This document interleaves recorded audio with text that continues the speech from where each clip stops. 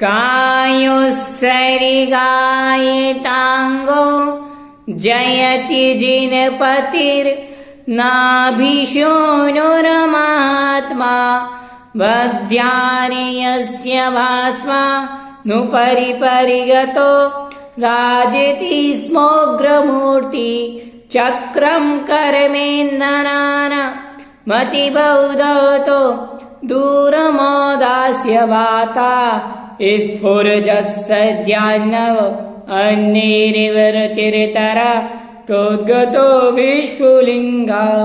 बोलो पंच परमेश्वरी भगवान की जय। आचार्य भगवंत पद्मनंदी महाराज द्वारा रचित श्री पद्मनंदी पंचमी शतिका ग्रंथ के स्वाध्याय में आप सभी का हार्दिक अभिवंदन है। जिन्होंने भी अभी तक भव्योदय चैनल को सब्सक्राइब नहीं किया, सब्सक्राइब जरूर कर लेवें, तभी आप हमारे चैनल से जुड़ पाएंगे। और बेल आइकॉन का बटन जरूर दबा लेवें, एक घंटी होगी उस घंटी को जरूर दबा लें ताकि हमारा हर नोटिफिकेशन आप तक पहुंच सके। प्रश्नोत्तर सेट क्रमांक 12 में आज हम कुछ प्रश्नों के और उत्तर जानेंगे। प्रश्न, वर्तमान में केवली भगवान नहीं है, फिर उनकी पूजा कैसे की जाए? वर्तमान में केवली भगवान साक्षात हैं क्या? नहीं है।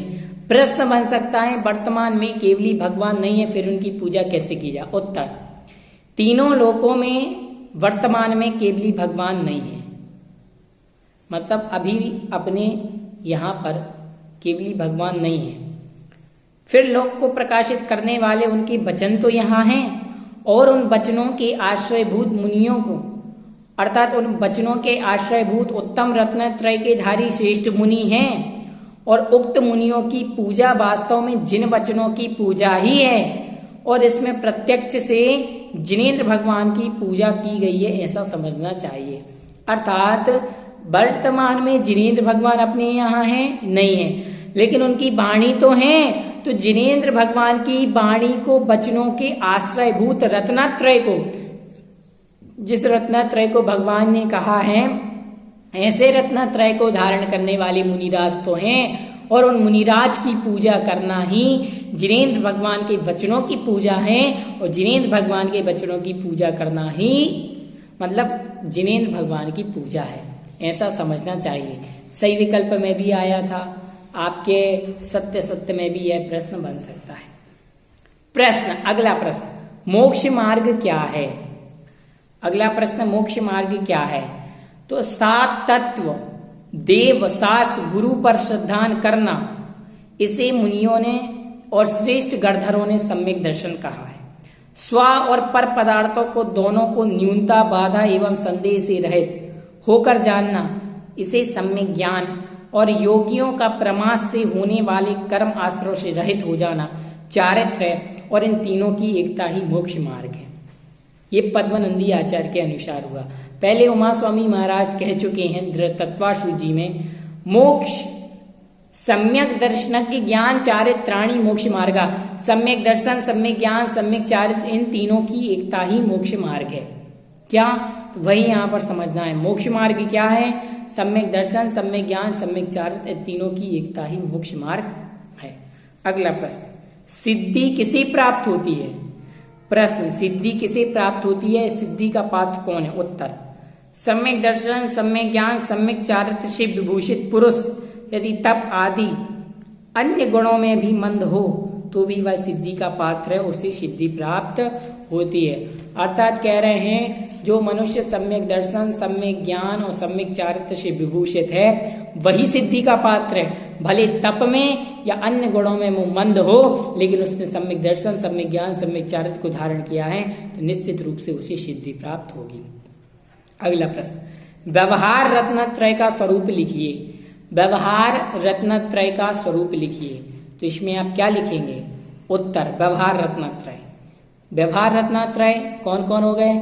सम्यक ज्ञान, सम्यक चारित्र, सम्यक दर्शन। तो व्यवहार सम्यक दर्शन, जीवादि 7 तत्वों का यथार्थ श्रद्धान करना व्यवहार सम्यक दर्शन है। जीवादि 7 तत्वों का यथार्थ श्रद्धान करना व्यवहार सम्यक दर्शन है। सम्यक ज्ञान, उन 7 तत्वों के स्वरूप को जानने का नाम व्यवहार सम्यक ज्ञान है। उन 7 तत्वों को जानने का नाम व्यवहार सम्यक ज्ञान है। अब व्यवहार चारित्र, अशुभ क्रिया का परित्याग करके शुभ क्रिया में प्रवृत्त प्रवृत्त होने का नाम व्यवहार सम्यक चारित्र है। ये तो व्यवहार नए से किसका स्वरूप हो गया? रत्नत्रय का। अर्थात एक बार और समझ लें कि 7 तत्वों पर श्रद्धान करना व्यवहार सम्यक दर्शन, 7 तत्वों को जानना व्यवहार सम्यक ज्ञान, अशुभ से हट करके शुभ में प्रवृत्ति करना व्यवहार सम्यक चारित्र। अब निश्चय सम्यक दर्शन, निश्चय सम्यक ज्ञान और निश्चय सम्यक चारित्र किसे कहते हैं, या निश्चय रत्नत्रय किसे कहते हैं? परिभाषा भी बन सकती है, पेपर में अभी आपकी परिभाषा भी आई थी, आप लोगों ने देखा हो। तो निश्चय सम्यक दर्शन, देहादिक से भिन्न, शरीर आदि से भिन्न अपनी आत्मा में रुचि होना निश्चय सम्यक दर्शन है। शरीर आदि से भिन्न आत्मा में रुचि होना निश्चय सम्यक दर्शन है। सम्यक ज्ञान किसे कहते हैं? देह आदि से भिन्न आत्मा के स्वरूप का बोध होना निश्चय सम्यक ज्ञान है। शरीर आदि से भिन्न आत्मा का बोध होना निश्चय सम्यक ज्ञान है। निश्चय सम्यक चारित्र, आत्म स्वरूप में लीन होने का नाम निश्चय सम्यक चारित्र है। अर्थात अपनी आत्मा में लीन हो जाना क्या है? निश्चय सम्यक चारित्र है। आज हमने इतनी प्रश्नों को जाना, आगे और जानेंगे।